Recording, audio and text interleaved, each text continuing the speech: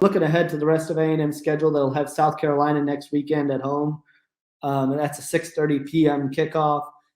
South Carolina comes into this, or will be playing Vanderbilt tonight at or this afternoon at 4 p.m. But Vanderbilt comes in at 2-4 in the year, 0-2 in SEC play.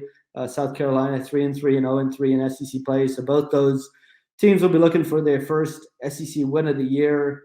And then the schedule gets it gets a bit tougher for Texas A&M coming out of that bye week. Once they'll have a chance to regroup, but they could be playing for quite a bit with Ole Miss and Auburn and LSU. Two tough road games in there, sandwiched around the Prairie View A&M game on November 20th. But Jimbo Fisher's got to be happy about the direction this team is heading. It kind of has a feel a little bit like last year, continuing to improve and steadily improving as the year goes along.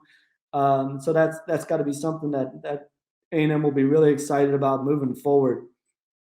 But got to just got to continue to take strides and got to come out and start fast at home, just like they have, especially defensively. I think that's the biggest thing that you kind of see. That's where all the veterans are on this team. Looking at some of those youngsters that we've talked about, we talked a lot about the guys along the offensive line with Reuben Foddery and Bryce Foster.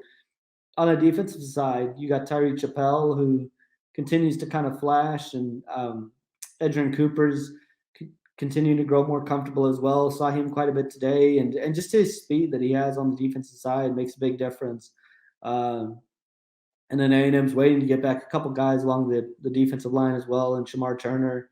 But they've built up the depth now to start dealing with this, and so that's something that will continue to improve as the year goes along. But again, if I look at where this team can build going forward from this, got to be happy about the way that the offensive line is playing. Just continue to get the run game going, and then for me, it's just more. They've got to make more plays in the pass game and got to protect the ball better. That's probably the one thing that's a little bit concerning is Zach Calzada has turned it over at least once in every game so far that he's played in, and so when you look at what those A&M had a chance to really blow this game open right before half, and Zach Calzada has that interception that changed the momentum and allowed Missouri to stick around in the game. And then if you're A&M, you don't love the way you came out of the second half with the 14 play 97-yard drive, but a nice response by the A&M defense on that play from there to hold Missouri scoreless when it looked like they were starting to get a little momentum, get things going. Just a really nice response. So for A&M, you'll turn the page, be happy with this one, and then return home to face South Carolina next weekend. Looking to win for a third straight time, improve to 6-2 on the year, and take another step. That's all you want to do with this team. But coming off with just where A&M was a couple weeks ago, things are looking up a little bit, and they're just continuing to play better and better. And another nice win on the road today. When you're looking at Kenyon Green and Bryce Foster, I think they'll be okay. The injuries will probably get addressed on Monday, but Bryce Foster came back into the game, so I think he's fine. Kenyon Green, he walked off as well under his own power, so I think I would be surprised if you didn't see him back next week as well. He looked to be okay, but that'll probably be something we learn as the week goes along. I'm sure on Monday you'll probably hear day to day from Jimbo Fisher, or just kind of see how the week progresses. But I don't think there was any huge concern on either of those guys, because I do know that Bryce Foster returned to the game at least, so I think he's fine for the most part, and it looked like Kenyon Green was fine as well.